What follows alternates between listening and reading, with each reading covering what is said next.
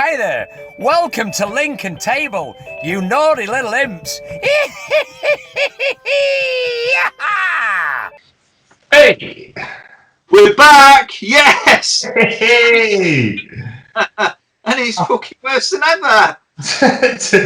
2021, hey? We come in 2021, another lockdown, and tier 25. Yes! At least we bought Flash Gordon with us this time, haven't we? No, it's actually the Flash. Barry Allen, the fastest man alive. In fact, well, I'm totally the opposite. That's my polar opposite, mate. That is. At least I know that. Yeah. So man alive. We've come out the back of a bit of a crazy year. Yeah. I reckon by the looks of things, we're probably entering into another one. Yeah, definitely. Definitely the craziest thing we've ever seen. Top has his way. He's yeah. Yeah. You won't remember them, will you? Play-Doh Mop Top. No. Just got my phone on silent, mate, in case it rings. Yeah, it sounds good though, Mop Top. I know exactly what you're talking about. Yeah, spaghetti head. Yeah, I don't know. I sometimes look at that bloke and I see him mumbling on, and I sometimes think, does he know himself what's going on? Is there something behind what he's saying, or is he just under pressure from everyone to do something that they don't know what they're doing? Or I think, in all fairness, mate, right? I wouldn't want his job at the minute. No way, no. I knew something that no one else did. Yeah. Well, he's had to deal with Brexit and this shit, so you know who would want that job? And he's probably getting pressure from all angles. So what's he got to do? Yeah. Yeah, I don't know. It's a crazy one. Like we spoke about it a lot in 2020, haven't we? And it's hard not to talk about it because it's where we are. It's the life we're in at the minute, isn't it? There's not a lot past COVID-19, is there, at the moment? No, there isn't, mate. Not at all. Just kind of start getting a taste of it all, don't you? Like we went to a couple of stately homes over the weekend, over a couple of weekends. Just getting like a bit of a taste of freedom, sort of thing. You know, everything was social distancing and no insides or masks when you was going to a cafe or whatever. But it was nice, and obviously now that's been scrapped again. It's like, oh, we're back again. We kind of getting used to it, aren't we? But well, we are, mate. It's become a way of life. You know, I mean, it's an instant reaction now. I mean, when we first had to start wearing masks back at the end of July, it's like, oh God, you get out your vehicle, oh, I haven't got my mask, or you'd walk to the shop, I ain't got my mask, and now it's like I carry it, and it's the first thing that I do. It's a natural instinct now. It's got that bad that, like, it's almost like everybody's turning to footy fans, but instead of the football results, it's waiting for who's in tears and who's getting locked down and all this shit. Well, that's what everybody talks about. Oh, he's making another announcement tonight. There's going to be another announcement, and and then once it's made, whatever WhatsApp group you're in, you're getting WhatsApp, whether it's memes, people taking it seriously, or people moaning how fucked up they are, and yeah. I like it though. I've been involved in a couple of Facebook debates, which I just love because I just like I'll sit there. I'll just sit behind a keyboard, sit behind my phone, and I'm just a completely different person. So I'm just wiping people up. Some people take life far too seriously, but they do. As long as they don't strip too much of our life away from us, it's easy to moan and stuff. But if there's something, something needs sorted, doesn't it? I'm sure they won't be chucking all these resources for no reason. So hopefully things get sorted. The right people get what they need to get, and we can all crack on. That's it, mate. As much as I'd like to moan, debate about it all day long, it's unfortunate, but we seem powerless at the minute. At the end of the day, and we've just got to go. I mean. There's loads of people speaking out, whether they're right, whether they're wrong, who knows. I think that's life, though. You should be speaking out, like that's. I totally agree. That's the whole balance of life, mate. Is opinions and people with knowledge in different areas. People are allowed to be free to say what they like. I disagree with some things that people are doing. People know our narrative and the way we think about things. Like, if they've been watching others, they've heard enough about what we think. But like, there's people outside hospitals protesting to, shouting at doctors and nurses that are coming off the piss. Regardless of what's going on, who cares if they're COVID patients in there or not? They're doing a tough job anyway. Yeah. On a daily basis, for not the best wages in the world, especially the nurses, you know what I mean? So just leave them alone. Have your opinion and put it out there, but you don't need to affect anyone else's life doing it, do you? Yeah. Somebody, I spoke to somebody today who's got a relative that works at the hospital, and I asked them, I said, what's the situation in there? And they're saying, and the reason why they're so understaffed in hospitals at the minute is because they're doing regular tests of the staff. Yeah. And they're getting short-staffed because as soon as one of them are diagnosed with COVID, that's it. They've got to and there's a lot of staff in there, so they're running on the skeleton crew, and that is the problem. Yeah. And that's what people don't see, regardless of whether it's full with patients with COVID or not. The staff are getting diagnosed with it because they're coming contact. It's such an isolated area, and they're doing what they can to keep. If somebody comes in, they're sterilising it. That they know that's been diagnosed with it, sterilising it every so often. I think this is where people get confused. I think what people do is people see their narrative of things, and they make it work for them. Where I see what the media put out is completely different to what's happening, which is why people are confused and why people are confused and they're arguing that the way the media is putting it, that everyone's dying, everyone's in hospitals, the COVID wards are so everyone with people dying they can't cope. I think it's a mixture of a lot of people are getting COVID and come into hospital, as well as the hospitals. Most hospitals, especially in Lincolnshire where we live, are a shit state anyway, and and that's not fake news. That's just common knowledge. They're a shit state. Common knowledge, We've had the lowest rated hospitals in the country, haven't we, for a long time? Well, we've had two that were badly rated. Yeah, exactly, and that's countrywide, not just countywide. So that mixed with a cocktail of a new virus that it isn't. Like we've said it before, it isn't the deadliest thing in the world, and it isn't, there is a massive chance that you're going to get it and not even know you've got it. Massive chance. But there's also no means of curing it or dealing with it at the moment, is there? Or preventing it. And the only way they're going to do it is by these stupid measures, which are stupid. They're ridiculous. Half the things they're doing aren't working and seem ridiculous, but what else can these people put in place? I don't know.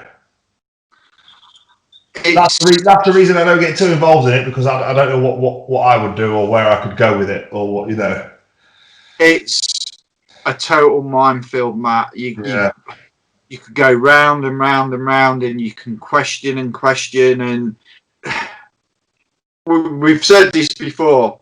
We both know what we would do and our take on it, but it's like. I don't think there's been enough information. That's my opinion. Shoot me down if I'm wrong. That I think all the information has been because people question stuff. Well, I heard some teachers when I was at school the other day. I'm not saying which school it is. But they were saying, "I'm here with a classroom full of kids, and I can teach these kids and things, but I can't go and see a grandparent." Yeah. My own mum and dad, you know what I mean? You then on the other hand, you can say, well, the reason you're probably doing that is because you're working with a load of kids, but it's but you can use your own. Very hard. You can use your own common sense, can't you? What I do get. There's a small population of people out there that are going to do. They're going to go to raves and they're going to go partying and stuff when they're trying to do some sort. But I've just got this. I'm just sure that this is a minority of people, surely, because there's not one person. I know maybe one or two people that might break the rules a little bit, but not like to a point where they're all holding raves and holding mass gatherings. You know what I mean? It's got to be a minority of people. Yeah, I mean, I know quite a lot of people, and I've not come across everybody I know seems to be really sticking to the rules and are very careful. And if it's not within the rules, it's well within like common sense. You know what I mean? Yeah. Like you might go pop and see your mum, but you know you're going to keep your distance. You might not go in the house. You know, it's things like that. I know people are doing that, like which is free thinking and free. You've just been using your common sense, which I know there is people who haven't got it. So I suppose this is why they do put these strict things in. I've seen people on my estate visit relatives and sit on the driveways in the cold. What's the harm in that? Just sat there because they're, and yeah, I think that's pretty sensible. There's no harm in it, and they're just sat there, and they've gone, just pay somebody a visit just to see them because it might be their only chance. And and I've seen people bring buffet food and sit outside with a buffet because they just want to see them, even if it's just the one, say hello, let them know they're all right at Christmas. I can't see any harm in that. And they're not breaking any rules. And but there you go, Mark. What I've started doing now is I've bought a sandpit, a little mini sandpit, and what I do now, every now and again, I'll go out in the garden, I'll dig a hole in it, I'll just stick my head in it, mate. It's like a new hobby of mine. I just start burying my head in it, just for a couple of minutes, then come back in, and I'm all right again. I've done that every other day of my life, mate. So it's nothing new for me. I'm like the monkeys. Look at this, look. I bet this is the first time the people watching this have seen us see me drinking water. H2O. Yeah, I've been a bit heavy over Christmas, mate, which I'm sure most people watching have been quite heavy. Well, I'm looking a bit heavy, mate. So, we put the baby to bed. I had a cup of coffee, woke myself up a bit, and then I did like a 20-minute workout, just watching the telly. Did a 20-minute workout and just got a shower. I felt if I just missed that window of opportunity, because I think sometimes, especially on an evening, if you hadn't already done some exercise before you settle down, there's probably like a 15-minute window where if you don't get that workout in, it's game over. And it's very easy to miss that window most days, isn't it? Well, I've started to change a few little things. I'm not going to jump headfirst into intense. I think you're right though, Mark. I think that's why people fail. That's why people set too many goals, don't they? Yeah. I've decided to walk an extra mile in the morning with the dog. I've cut back on things, unhealthy things that I've been eating over Christmas, like pies, because they don't sell them anymore. No. A lot of sweet butter, because you ran out of that.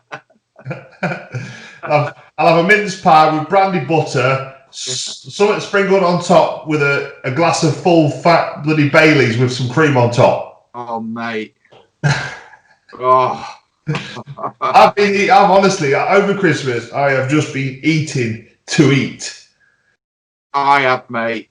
I have. This is how bad it got. Right, I got to a point where I thought one morning, because I've been eating crap sausage rolls in the morning for breakfast. I thought, right, I'm just gonna have a lovely bowl of porridge, like I normally do before work. I'll have a lovely bowl of porridge. I started making the porridge, and then I looked in the cupboard, and there was like some white chocolate bars, some milk chocolate bars. So what I did is I snapped like 3 lines of each chocolate bar and snapped them into my porridge and melted it in my porridge.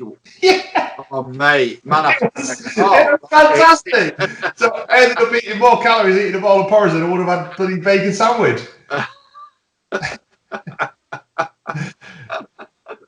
So this is why I'm on the water. I'll drink to that. Cheers. Yeah. I don't know how I've managed it, mate. I have binge watched 2 seasons of The Mandalorian. Wow. Any good?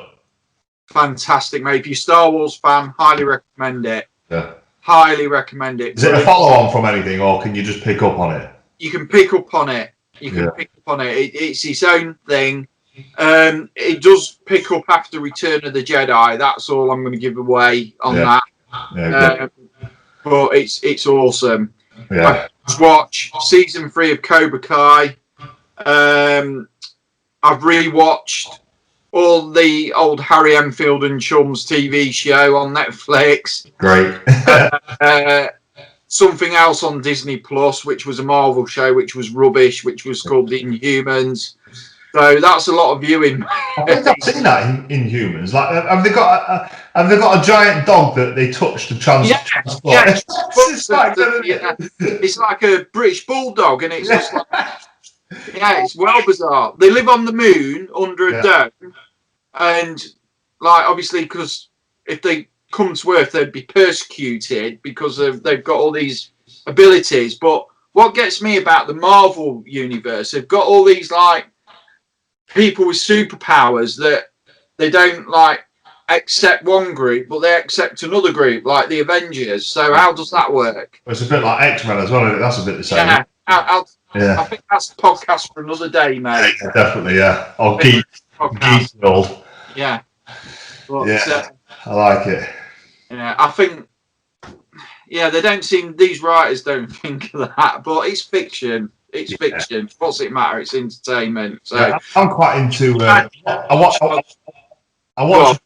a program on Amazon called The Expanse. I've heard of that. And it's like I'm mad for sci-fi. I love sci-fi. Yeah. And but this is like a real clever, like an intelligent sci-fi where obviously it's far-fetched because it's sci-fi. It's not far-fetched. Sorry, it's sci-fi, but it's believable. Mm-hmm. Do you know what I mean?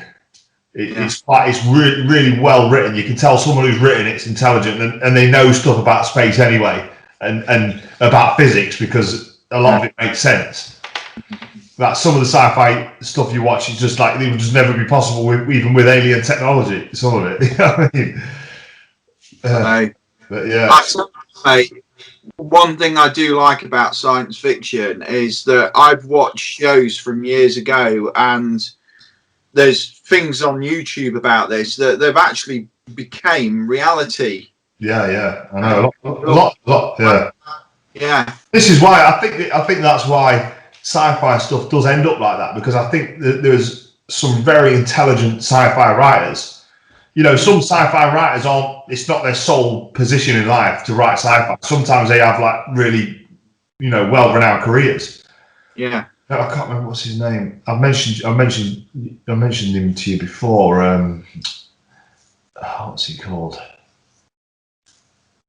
I can't remember his bloody name now, but he does all like Egyptology and ancient history and stuff. You know, real stuff, fiction stuff. Is it fiction? Fiction's real, isn't it? Yeah. Fiction's real. Yeah. He writes like fictional books on geography and history and all this sort of thing, but he also is a sci-fi writer as well. Yeah. Which I think is quite cool. But yeah, they're always quite intelligent people. So I think usually what they're writing about is kind of like a progression of the future anyway. They're seeing what's here already and what potentially could come. So I think usually that's why it comes to fruition, unless there's some sort of real clever people that are traveling to the future somehow. Well, it's like you're reading 1984 at the moment, aren't you? Just kicking into it, yeah. There's a prediction in that in the book that this was written in the late 40s, 1940s. What you talking? 70 years ago now, 18 nearly. In that book, they've got flat screen TVs on the walls. Yeah. With built-in cameras, so you can be watched. Oh yeah. Watch, yeah. Yeah, and exactly. We do it now. I'm sat in front of a Mac TV monitor with a camera in it, which can be watched by someone. Yeah. Who exposed that? Edward Snowden. Yeah, exactly. Yeah. Yeah, I don't really know how it worked with him, because like you can see it now, even in the 60s, because everything was quite futuristic and people were talking about aliens and stuff in the 60s, weren't they? Maybe in the 50s, but the 40s, like 20s, 30s, 40s, in my mind, it seemed like a period that was just very like way off this that now. Us talking into computers and stuff. So how he writ the stuff that he writ, it blows my mind. It's it's kind of all in it's writ on his imagination, isn't it? It's written in the perspective of his imagination, but he's spot on with all of it, really. A lot of science fiction has become science fact. Yeah. And like again, mate, that's something we could probably do. We could probably cover that. What has become science fact? I'm sure if anyone's watching, they'll be inclined to leave us some comments on it. You know what I mean? Definitely. Let us know what they think and see if they're up for a podcast on it. Well, back to the Future Part 2, that wasn't far off with what had already come to fruition in that set in 2015. And I don't know if you remember, 5 years ago they had that Back to the Future Day, and they compared. And I think the only two things that hadn't come true was a flying car and hoverboard. And that was it. The rest of it had. What year was that by? 2015. It was set in Back to the Future Part 2 was set in 2015. Yeah. That's when they travelled to. So now I reckon surely, I'm almost indefinitely they could make a floating car because they've got such advanced drone engines now that like they've got. They could, yeah. Perhaps something. Technology's moving that fast, you just can't keep up with it. It's Elon Musk got a floating car, and it's floating around, orbiting around the Earth. SpaceX. So it's orbiting around the circumference of the flat Earth, isn't it? Because obviously it doesn't go around it; it goes round the flat bit of the Earth, doesn't it? Yeah, flat Earth. I was having this conversation with a mate the other day. I was saying it's funny how they've tricked us all these years in planes. I think what happens is, when you're going like just short journeys, you're just going across the flat part of the Earth like this. So, but if you're going to go like anywhere far overnight flights, what they do is they circle around the flat part like this, and then when it gets dark and everyone's going to sleep and it gets dark, what they do is just pop off the edge and it goes shoop, and you pop up the other side like that. Oh, you do? Yeah. Really? We said this is why you've got to close your windows for takeoff.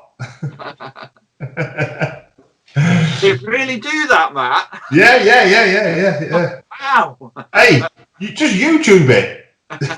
I'm going to. I've never heard so much bollocks in my life. I tell you what, mate. There was graffiti up everywhere around Lincoln at one time. Some fanatics had obviously gone round, or somebody that had taken too much whatever substances, and they put research flat Earth, and it was everywhere on road signs at one time, and I think everybody goes through it. This is a scary thing about the internet. Like, it's just you can research any narrative, can't you? Well, you can. The other thing I'm finding interesting is the. Sorry, mate, I'm talking over you a lot. A lot of people are saying, "Are we living in a virtual reality? Are we actually living in the Matrix?" And you can sit there and you could be drawn into this stuff. It is so easy. I've actually watched Elon Musk talking about it on Joe Rogan's show. And even he says, oh, like Joe Rogan asked Elon Musk, do you believe that we're in a virtual reality? And he said, how do you know? Right.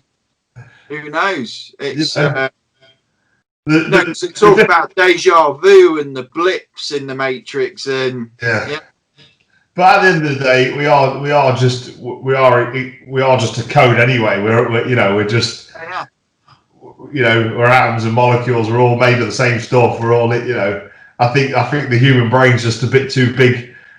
It just thinks a bit too much for the life that we live. I think we're very simple organisms that we're here, we're here, we eat, we piss, we shit, we reproduce, and then we die. You know what I mean?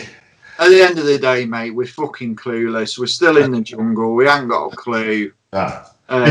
If you see the progression of evolution of man, like we've spoke about this before, but if we've been on the planet for 200,000 years, and it's only been the last couple of thousand years or a few thousand years that we've jumped to where we are now, we're nowhere near in the way of progression in evolution, are we? We're just like we've only really just stepped on our feet.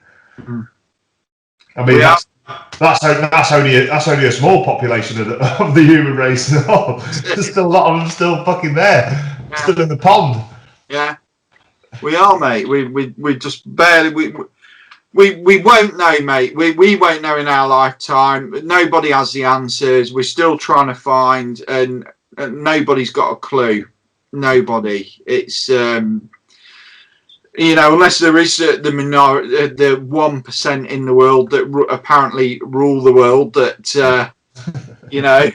do have all the answers and are keeping us dumbed down, like a lot of conspiracy theorists, and probably like I'm one of these that think that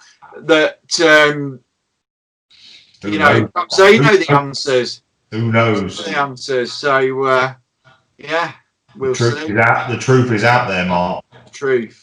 And I'm going to go off totally on a tangent now. Right, talking about binge watching. I've started on Netflix. Have you? There's a program that's just come on. Nicolas Cage is presenting it, called The History of Swearing. Right, and it covers one swear word each episode. Now, the first one is I'm going to say it, fuck. It's the meaning of fuck. Do you know fuck doesn't actually mean what it's supposed to mean? It's not a sexual swear word. I feel like we've made it. It's not. I wouldn't even call it a sexual swear word. I'd call it a word for a whole numerous of things. I think that's what it is. Yeah, it fits in well. It's like, oh, I'm well and truly fucked today. Like, obviously your day's gone belly up, or I feel like it's the word when you're dressing the word ensemble. I feel like it's the same, but for in life. It is, but it's the best stress relief word that you can ever use. Really, I like it. And apparently, as well, they said on this program that Hollywood, it's big business using swear words in films, but if they were saying that what rating in films they could use this swear word in, now they can use it in a PG-13, but it's only allowed to be used once. Any more than once, it becomes an R-rated film. Oh, I see. That was quite interesting, mate. Yeah. About it. Is there no use of it in context, or is it just anyhow? Just anyhow. They can use it once, but then anything after that, if they use it anymore, it's an R-rated film. Yeah. So what are we? Are we an R-rated podcast? Yes, we are, mate. And you know who's the most actor that's you? And you'll be surprised. Have a guess. Who's the most actor who's used it the most in any film? Any film. And it's not who you would think. No, it's probably. No, I couldn't even say. No, I don't know. Maybe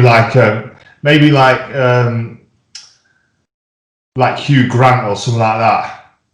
No. I thought it would be Samuel L. Jackson because he's every other word. It wasn't. It was Jonah Hill. Jonah Hill is the actor who's used the most F-bombs in films. Apparently, in The Wolf of Wall Street, he used it the most. Is Jonah Hill's the chubby lad who's the big fat, fat people. So I'm not exactly trim myself at the minute. Shredded, Mark, you are. Shredded. It's that turkey, mate. It's high protein turkey. Where? In my ankles, maybe. Yeah, so Christmas has treated you well, has it, Mark? Going back? Christmas treated me very well, mate. And I think, like anything, you've just got to get on with it. Yeah. I enjoyed it. I made the most of it. I got to spend some quality time with my other half at home. Yeah. I didn't achieve much at home. I had all plans and I said I'm going to do this, but I chose it to relax, have that opportunity. I thought, you know what, I'm going to relax, chill out, and just enjoy it. I did. I think it's first time in a long time that I've took a solid 2 weeks off and not done any exercise. You know, just drank plenty and ate plenty, like, to kick the arse out of it a little bit. Did quite a lot around the house, though. You know, spent quality time with the wife and the child. It was all good. It was kind of changed at the last minute because we were going obviously to families for Christmas dinner. Yeah. That was a plan that Bozza he ripped out, then he rolled out, but he got cancelled at the last minute, so we kind of had to panic buy and bought a turkey and some, you know, chucked it together, but we did a good job, really. Good. Yeah. Good. It was lovely. Yeah. No, that's what we did, mate. I just had Christmas dinner at home, me, the other half, and the dog. Absolutely petrified the dog. The crackers. We pulled the cracker, and that was it. He hid on the table, and we had a bowl of chicken there ready for him, so he didn't feel left out. He could join us. Boom! He just left the chicken, he hid under the table, and we were like, "It's all right, it's only a cracker." It's like our dog's a pussy and all, absolute melt. Well, I've got a dog from a gun dog breed, and I think I ended up with the reject. Yeah, well, you got the only one. My dog's supposed to be bloody two. Like one of them. He's a sprolly, so he's half a sheepdog and half a bloody border collie. He don't fetch, he don't herd sheep, he don't do nothing. Mine doesn't retrieve, mate. You say fetch the ball, he'll have the ball and he'll fuck off in the other direction. I want the ball, and you're chasing him. You know, I think to be fair, it's the firm hand of the country boys, really, isn't it? That sorts them out. City folks, they get away. They even get to sleep in the house. Our dogs, don't they? Thing is, mate, I'm being soft on my dog. He's like, when we first got him, not allowed on the sofa. Now he's on the sofa. Anyway, we're not going to discuss that because we're going to say this. Yeah. Yeah. Well, we had a great Christmas night. Still getting presents at 30 years old, which I'm quite happy about. Grandparents give me a bit of money. That's great. Love it. Keep it coming. I had some nice presents. I did. I had some the usual, obviously clothing, socks, pants. Yeah. But it's all good. Did you get some wire fronts? I'm still old man, mate. Box shorts, mate. Yeah, I got to go with my other set. I got another set of like thrilly thongs because I like to wear them. I like to wear them under my work trousers.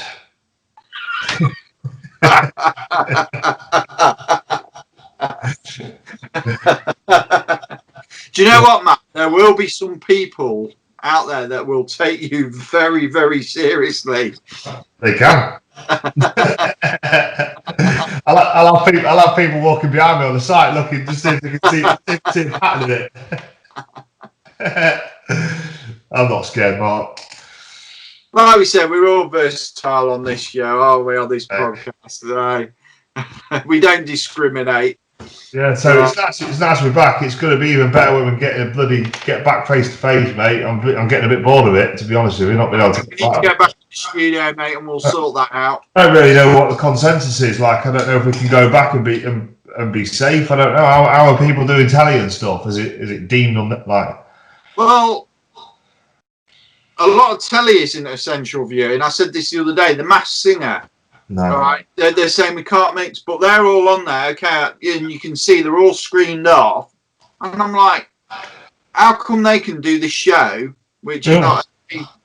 Anyway, that's another rant for another day, but I don't know.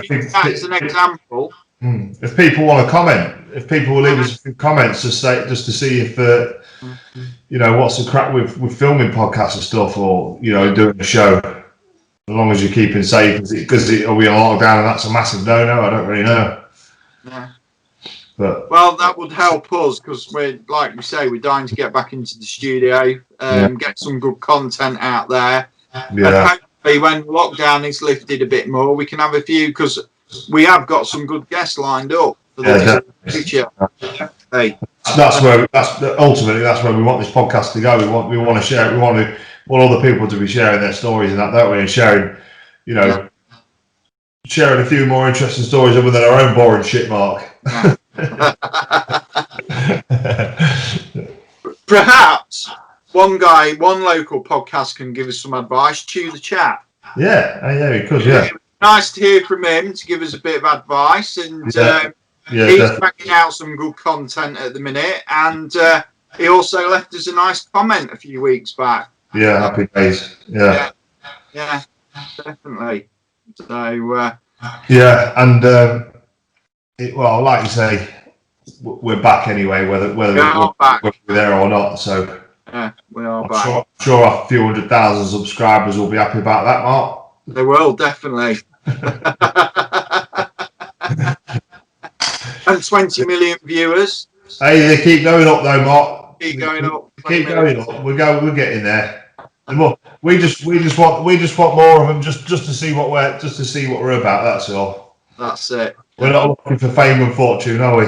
We're not. No. We've got that allegedly because we're plumbers. I've seen the ads in the papers what them plumbers can get paid. I know. I saw them years ago, mate, and I'm, That's the biggest fucking conspiracy is plumbers' wages. I tell you that for nothing. Where did they get that from all them years ago? When I first started in the trade, which was, I hate to say this, 33 years ago now. Jeez. There was hardly anybody that went into it. Then, sort of like in the mid-90s, there was a big saying, there's a shortage of tradesmen, mainly plumbers, and you can earn up to, and this was back then, 70 to 100 grand a year. And I'm like, who's earning that I know? Because nobody I knew back then, back in the mid-90s was. Yeah. And we had this rush of surge of people that had been in other jobs that wanted to retrain and do it, which I take my hat off for, because that's really hard to do if you've already got a family. You're taking a wage cut to learn a different trade. Absolutely gutted when you turn up. But put you on a £2.20 an hour apprentice wage. Oh mate, I can tell you what I was back on when I was an apprentice.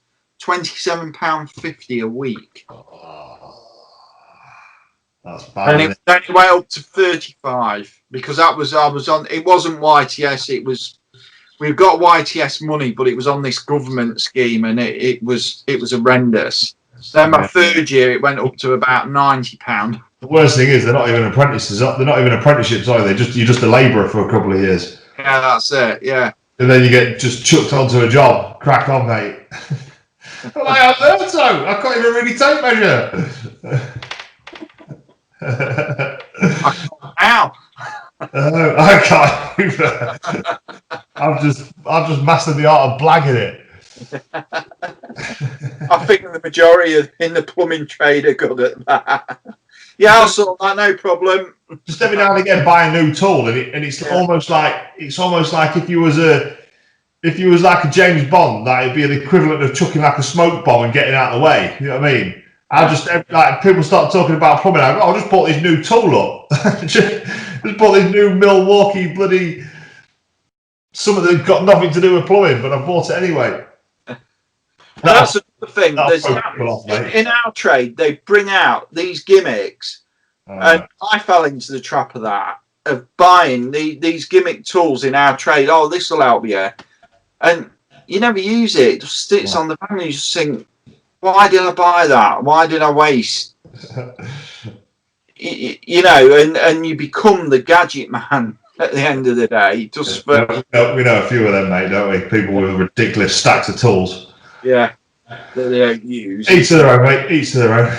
That's it, definitely. But anyway, on that note, mate, we're back, and we're at people keep tuning in. We're at people keep sharing, liking, subscribing. Yeah. So we're loving it, keeping it going, and that. And it's been nice to have a couple of weeks off, but I'm glad we're back doing it again. I'm glad we're back, guys, and we've got some good content coming up. And keep watching. Yeah, just keep tuning in, guys. It's good to get better, we hope. Yeah. Yeah. Like I say, everybody keep the chin up. We'll all come out of this soon enough, and we'll see some light at the end of the tunnel. Yeah, I'm sure we'll make. We might change our tune in a couple of months when we're still here. You will. But I decided myself, mate. There's nothing we can do about it. Let's stay positive. Let's entertain the people, mate. Let's just feed everybody like everybody else does. We're full of shit, and enjoy ourselves on the way. That's what I say. We're gonna have to get really inventive though if we're still in lockdown in about 6 months' time, aren't we? Jesus Christ! I have to have a microphone shoved up my arse and do the whole podcast naked. I think just if we get a view. Well, I spent 2 days in my living room. That was good. Yeah. But what I did, I moved the settee where the other settee was, and I swapped them. Yes. Oh God, mate. Oh, mate. Yeah. Anyway. Yeah. All the best, everybody. Yeah. All the best. Happy New Year. Happy 2021.